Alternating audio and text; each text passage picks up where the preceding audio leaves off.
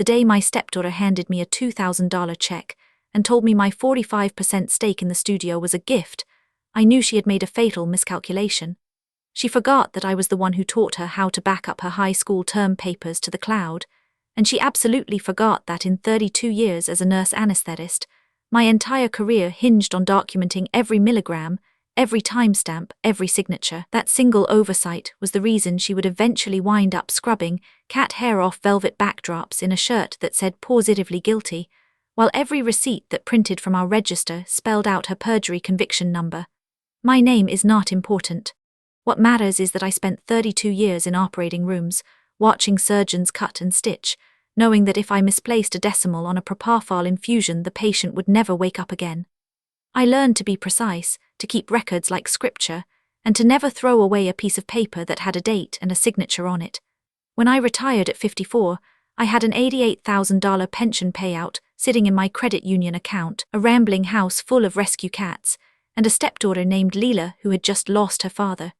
My husband Tom was the quiet architect behind everything stable in our lives, a man who drafted blueprints for courthouses and hospitals by day and never raised his voice at the dinner table. When pancreatic cancer took him in 6 months, he left behind a small fortune in thoughtfully drawn sketches and a partnership studio that we had built as a family. The cats kept me breathing after the funeral. There was an ancient tabby named Grits who only had 3 teeth, a long-haired calico with one eye called Doppler, and my newest foster failure, a half-blind ginger Tom named Retina who purred like a diesel engine whenever I walked into the room. That studio, originally named Whisker and Lens, was my dream after 30 years of beige scrubs and fluorescent hospital hallways. I had fallen hard for feline rescue work, taking in discarded, half-blind, 3-legged cats that nobody else wanted. I had a way of calming them in the studio lights, and Tom had redesigned the shooting space with curved, seamless cove walls and silent HVAC so the cats would not startle. We funded it with my pension check, a full $88,000, which purchased top-tier Profoto D2 monolights, a Phase 1 IQ3 medium-format camera with a 100-megapixel back, custom velvet backdrops in jewel tones, and a year of commercial rent for a sunlit former warehouse on Meridian Street. The legal documents were drafted by Tom himself, on his favorite linen paper, and I remember him sitting at his drafting table with a fountain pen, carefully inking the partnership agreement while Doppler sat in his lap. I would hold a 45% ownership share, Leela would hold the remaining 55% because she was the lead photographer with a growing Instagram following, and in exchange for my capital infusion, I would receive free lifetime fine art portraits of every rescue cat I ever adopted. It was all there in ink, notarized and witnessed by 2 neighbors who had known us for years. Tom also included a quiet little clause, buried in Section 14, that any transfer of more than 30% of the company required the physical presence and notarized signature of every partner. He called it his dead man's bolt. I thought it was just his architect's obsession with structural integrity. I had no idea how vital that one sentence would become. Tom passed on a Tuesday in late October. The hospice bed was still in the living room when Leela and her husband Marcus arrived Saturday morning. Marcus wore a blazer that looked gelled to his shoulders and kept checking his reflection in the window, smoothing his eyebrows with a damp fingertip. Leela sat opposite me with an accordion folder and a look of theatrical sympathy that did not quite reach her eyes. She explained that running the studio without Tom was going to be too much for me, emotionally and practically. She said my grief was visible, that I needed rest, and she had already taken the liberty of liquidating my interest for my own good. She slid a check for $2,000 across the coffee table. The memo line read, in a font that still makes my teeth clench, gratitude. She then produced a document titled Transfer of Ownership Interest, bearing what looked like my signature, dated 2 months before Tom died, around the time he was starting his second round of chemo when my mind was fogged with hospital schedules and medication logs. I did not yell. I did not accuse. I sat there like a sedated patient and let my eyes go unfocused. I heard myself murmur something about how grief was fogging my memory, how I must have signed it during a bad week and forgotten. Leela practically purred. She said the important thing was that I was taken care of now, that I could rest, that she would handle all the messy business details. Marcus started talking about a wonderful assisted living community near the reservoir, with a garden path and a dining hall, and I felt my stomach tighten under the loose cardigan I had worn since the funeral. Before they left, Leela grabbed a worn 3-ring binder from the bookcase near Tom's drafting table. She tossed it into the kitchen trash can, declaring it all junk from Dad's compulsive filing. She did not know that Tom had trained me over decades of marriage to study his compulsive filing. Every house blueprint, every tax return, every receipt for a new furnace filter lived in binders like that one, labeled and cross-referenced with a system of colored tabs. I had joked that he would file his own heartbeat if he could print it out. Watching that binder hit the banana peels and coffee grounds felt like watching someone throw away a piece of his spine. After they pulled out of the driveway, I retrieved that binder from the wet coffee filter. It was a grey canvas number, the kind that architects use for site specifications, and the metal rings were slightly bent from the fall. I wiped banana pulp off the cover with a paper towel and sat at Tom's desk to open it. Inside, in clear plastic sleeves, were the original studio partnership agreement, the commercial lease with the landlord's contact highlighted in yellow, the equipment invoices from B&H with serial numbers for every Profoto head, and a sealed envelope in Tom's handwriting that simply said open only if something seems wrong. I opened it with trembling fingers. The note inside was short and written in the careful all-caps lettering of a blueprint title block with a fine black felt tip. It said, "Leela came to me 6 months ago asking to change the studio structure.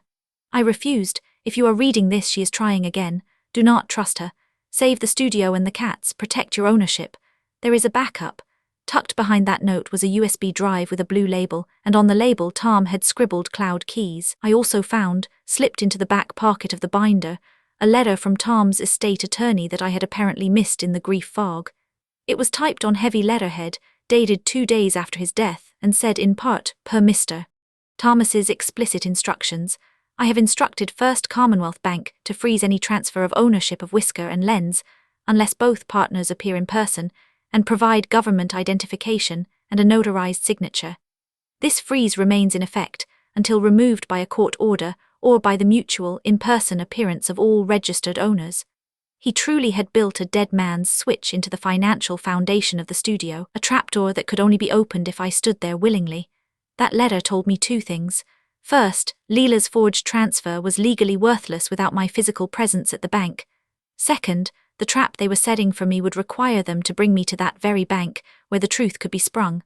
Before I continue this story, let me know where you are watching from in the comments below. Hit like and subscribe if you believe that meticulous record keeping and a refusal to be underestimated can be the most powerful revenge of all. Now back to the moment I realized exactly how much danger I was in. I did not sleep that night. I sat at Tom's desk, booted up his old iMac that still booted with a cheerful chime, and slipped the USB drive into the port. I was not a digital forensics expert, but 30 years of electronic medical records, automated dispensing cabinets, and documentation audits had given me a bone-deep understanding of how metadata works. Tom had left me a neat folder structure labeled Whisker Lens Original Darks. Inside was a complete mirror of the studio's shared cloud storage from the day the partnership was signed, including the original legal documents with creation timestamps, author ID, and revision histories. I saw the authentic partnership agreement, with my signature applied via a verified digital certificate from a notary platform called Notarize. Calm, the one we used because Tom liked the cryptographic trail it left. I saw the original share percentages, clear as a legal sunrise. There was no transfer document. Nothing.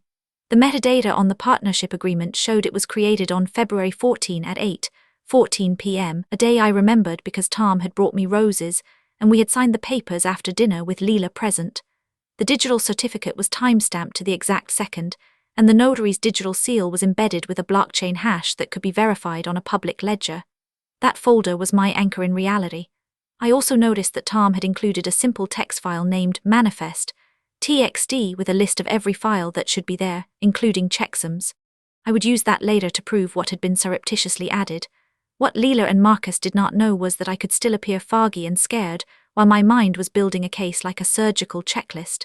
The next day, Leela called, her voice dripping with false concern, and said she was worried about me being alone in the big, echoing house. She offered to let me stay in their guest suite above the garage while we sorted out my long-term care. I accepted immediately, because access to their home was access to their computers, their trash, their sleep patterns. I packed a small overnight bag, a notebook with a grid ruling that I used for medication logs, and a portable hard drive the size of a deck of cards from my old tech drawer. I also packed a small toolkit that included a set of tiny screwdrivers, a magnifying loupe with an LED light, tweezers, and a pair of needle nose pliers, all left over from years of maintaining anesthesia machines with delicate pneumatic circuits, where a stripped screw could shut down an entire operating room.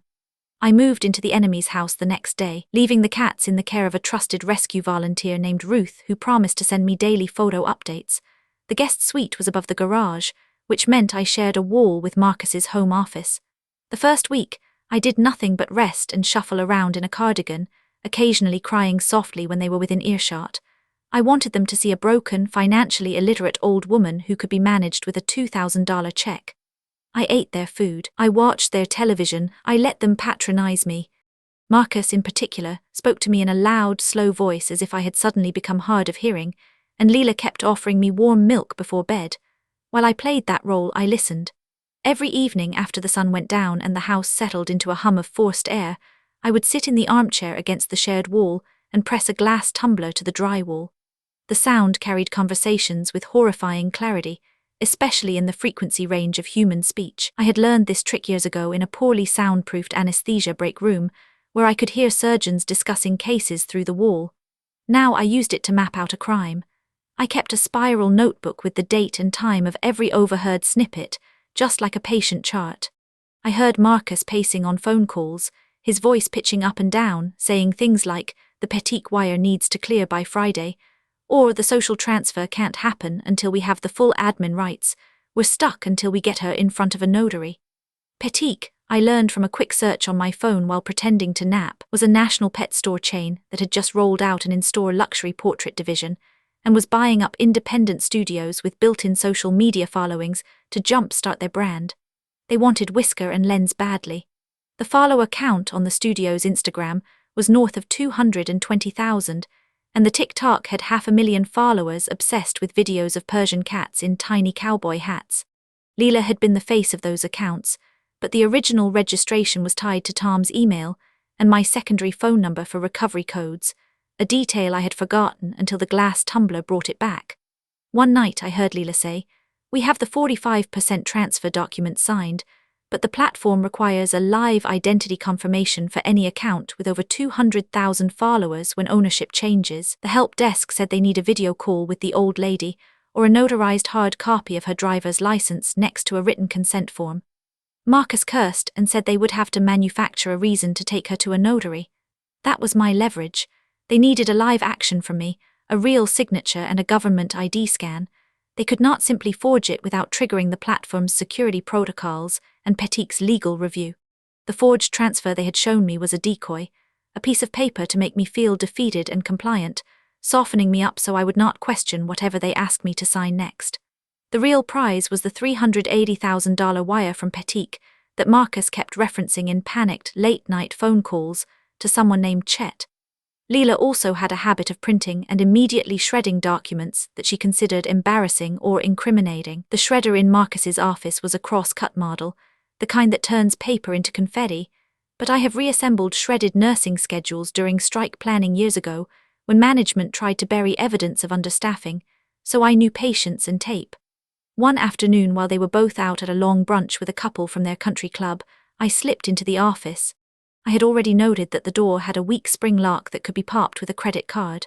I emptied the shredder bin into a reusable grocery bag, careful not to disturb the neat stack of fresh paper beside it, and carried it back to my room. I spread a white sheet on the bed, turned on every lamp, and began the meticulous reconstruction. Using tweezers and a lighted magnifier that I had brought for needlepoint, I matched the shredded edges like a jigsaw, starting from corner fragments that had larger, distinctive shapes. I used acid-free photo mounting tape to secure each match, laying the puzzle flat on a piece of cardboard. It took 6 hours, my back aching from leaning over, but what emerged was a draft of the sale agreement with Petit, itemizing the studio's social media accounts, the client email list of 18,000 addresses, the proprietary Lightroom presets and Photoshop actions that Leela had developed, and a valuation line that made my hands shake.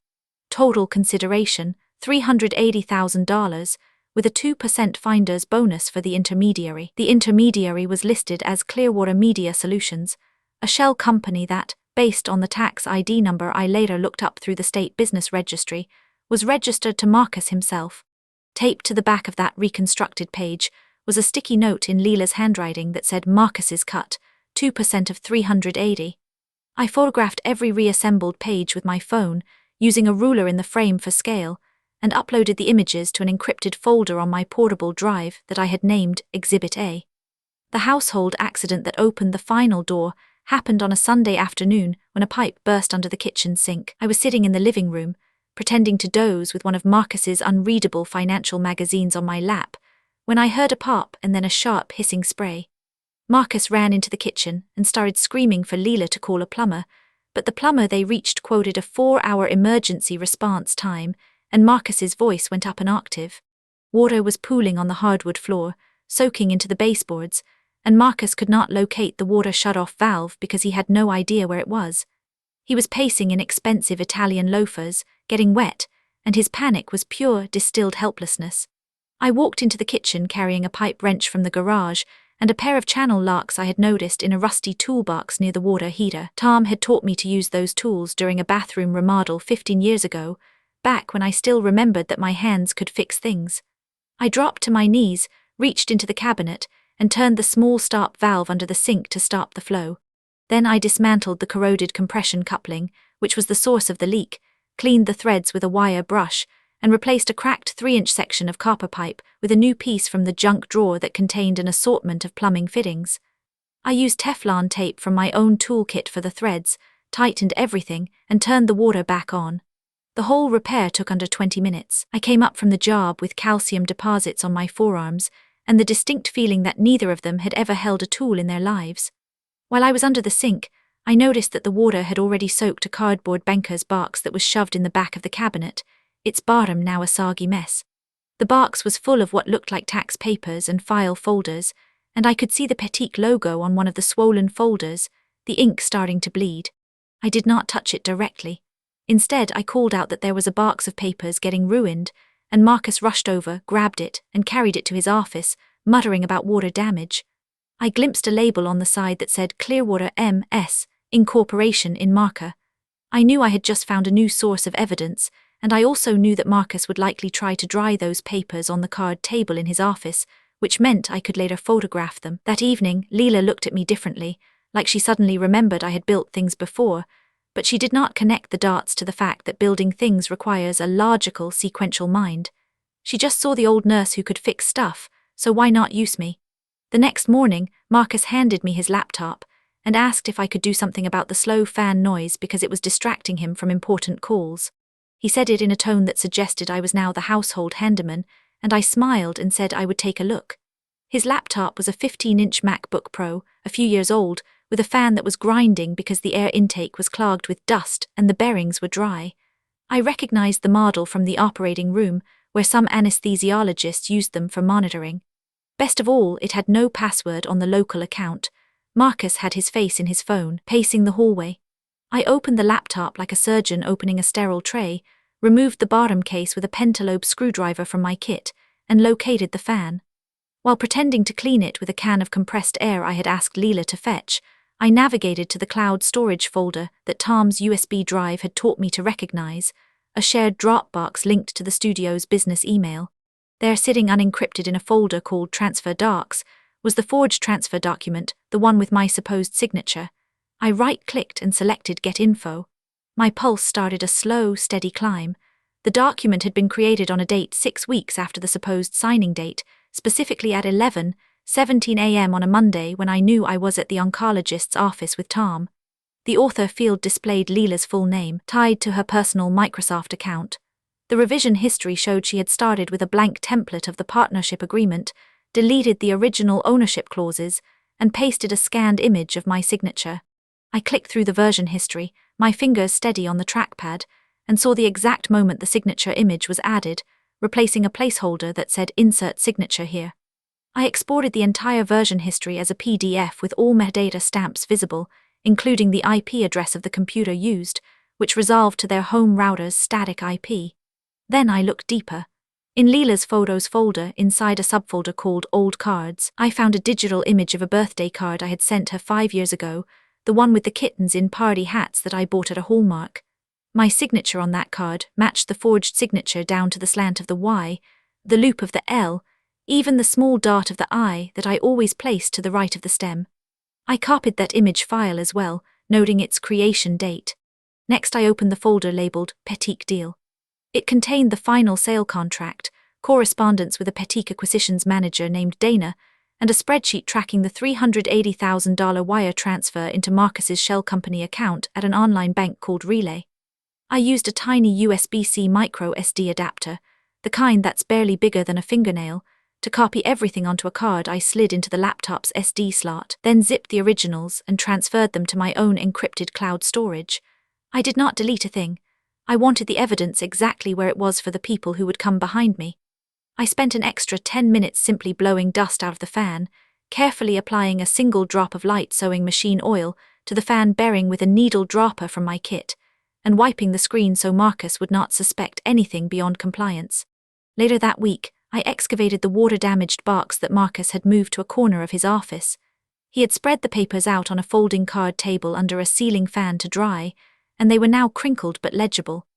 I waited until 2:00 a.m., when the house was silent except for the distant hum of the refrigerator, and used my phone's flashlight to photograph each page. Among them were incorporation documents for Clearwater Media Solutions, with Marcus listed as the sole member and the registered address being a UPS store mailbox.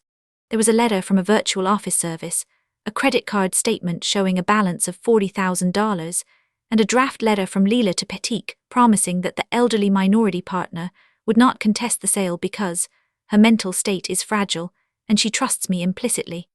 There was also a printout of a forum post from a legal advice website titled How to Remove a Non-Cooperative Minority Partner from an LLC. I photographed all of it, frame by frame, holding my breath when the stairs creaked.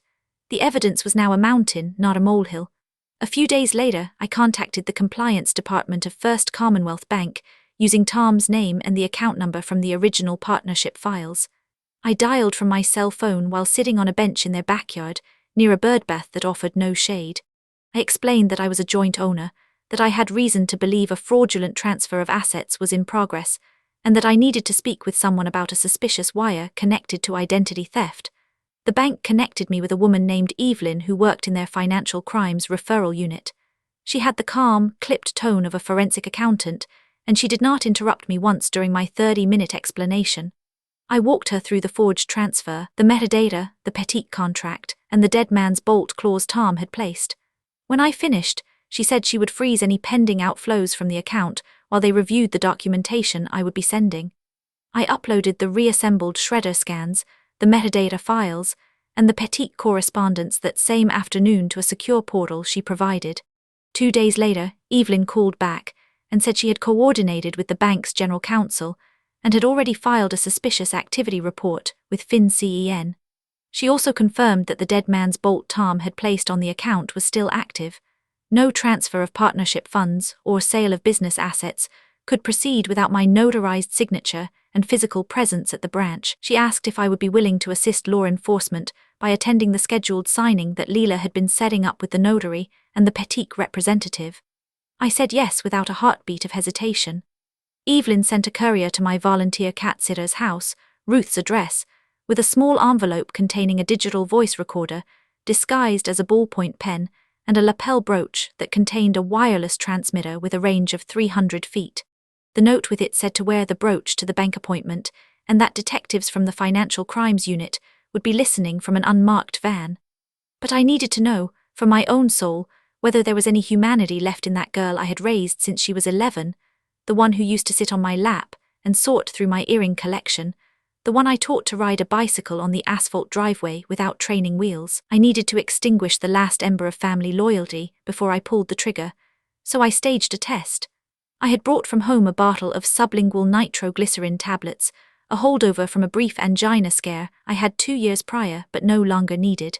I crushed a harmless vitamin C tablet into a similar fine powder with a mortar and pestle I kept for my own supplements, placed it in an empty nitro bottle with a real label that I had saved, and rehearsed the symptoms in front of the bathroom mirror.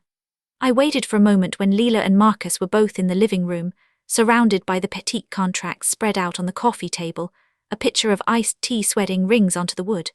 I walked in, clutched my chest with a gasp, and collapsed sideways onto the Persian rug.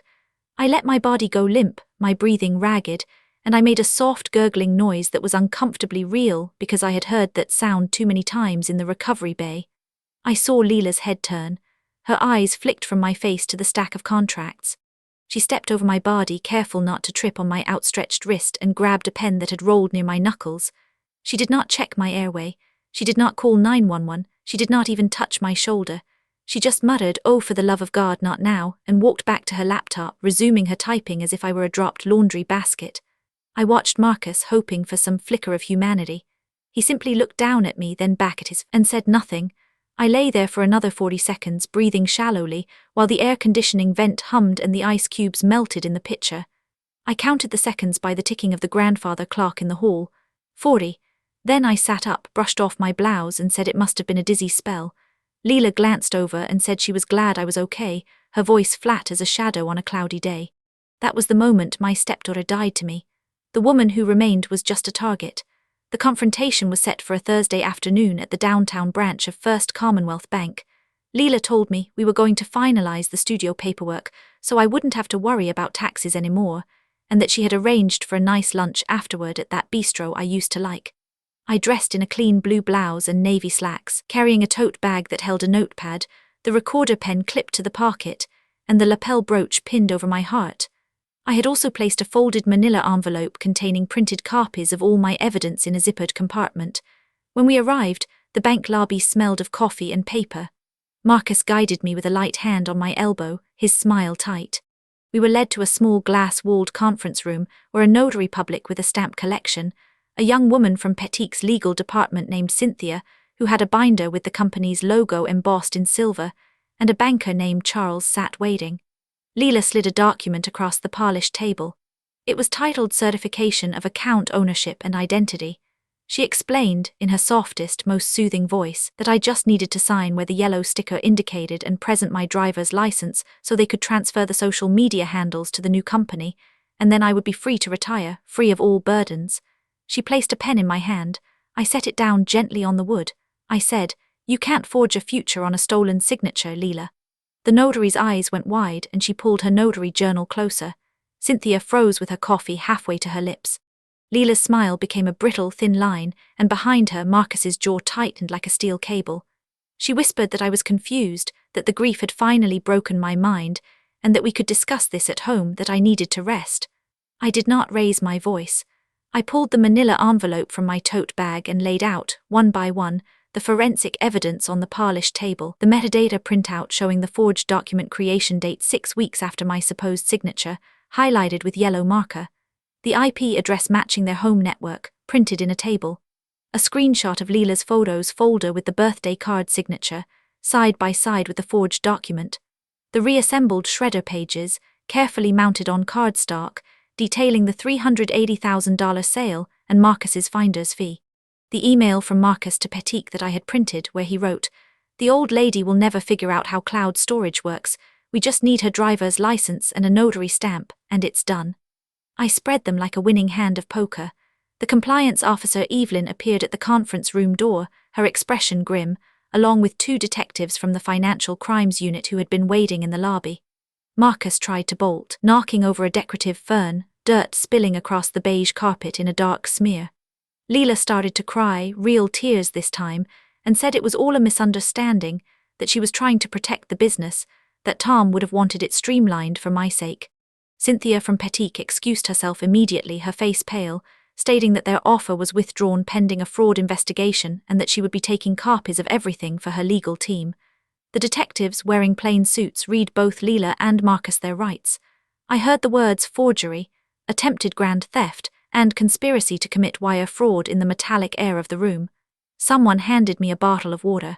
I sat very still, watching my reflection in the polished wood table, a calm, quiet woman with a brooch that had just transmitted 16 minutes of their unraveling to a receiver in a van parked across the street.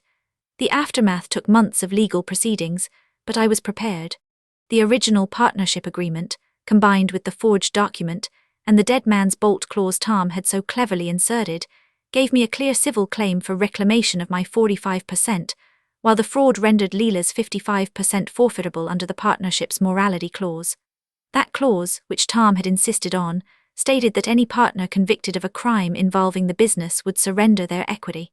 A judge in probate court, after reviewing the mountain of evidence I provided in a 3-ring binder labeled Trial Exhibits, awarded me full ownership of the studio, all its intellectual property, the social media handles, and restitution in an amount that covered my legal fees 3 times over. Leela eventually took a plea deal that required a sworn confession on the record in open court, which is called allocution. I sat in the gallery and listened to her admit in a voice that finally sounded small and real that she had forged my signature and conspired to steal the business. The perjury conviction number, 23CF0471, became a permanent stain attached to her name. She was sentenced to probation and 500 hours of community service. Marcus got 2 years in state prison for the shell company wire fraud, largely because he tried to hide the stolen funds in a cryptocurrency wallet and made the detectives very, very angry during questioning, which added an obstruction charge. His blazers were seized along with his computer. I renamed the studio Fur of Deceit Portraits. I kept the Phase 1 camera, the Profoto lights, the silent HVAC, but I also made 2 additions. The first was a custom point-of-sale system that I commissioned from a young developer I met at the rescue shelter, a kid named Javier who rebuilt donation websites for animal nonprofits. I told him I wanted every receipt to print a footer line with a specific court case number. He wrote a small script in the POS thermal printer driver that appends court case, 23CF0471, perjury in the first degree at the bottom of every transaction, right below the itemized list of portrait packages. The second addition was Leela herself. As part of her community service, she was assigned to clean the studio 3 afternoons a week. She sweeps up cat hair from the velvet drapes, scrubs nose prints off the acrylic posing cubes with a vinegar solution, and sanitizes the litter box props between shoots. I provide her uniform, a pale pink polo shirt that says Paws-itively Guilty across the back in glittering iron-on letters, with her conviction number printed smaller beneath it. She cannot quit the assignment without violating probation, and every time a client smiles and asks what her shirt means, she has to explain, her voice quiet and her face flushed. I watch from behind the tether station while my latest blind rescue cat, that old ginger named Retina, purrs under the modeling light and receives a complimentary gallery of portraits that will outlive every lie she tried to tell. Last Tuesday, a new client asked about the receipt footer, and I got to tell the whole story in 30 seconds, ending with how the woman in the guilty shirt used to be my stepdaughter. The client, a retired librarian, looked at Leela sweeping glitter off the floor and said, "Karma has a long memory. Tom's backup saved more than a business. It saved my dignity and gave me a way to turn a profound betrayal into the most satisfying slow-motion justice I have ever witnessed. He knew that steel is forged in documentation, and love is protected by boundaries. I only wish he could have seen the first receipt roll out of that little Epson thermal printer with his dead man's bolt finally closing. I think he would have smiled his quiet architect smile, tapped the paper with his drafting pen, and said something about load-bearing walls finally doing their job. Have you ever discovered a dark secret about someone you trusted completely? How did you handle it? Tell me in the comments.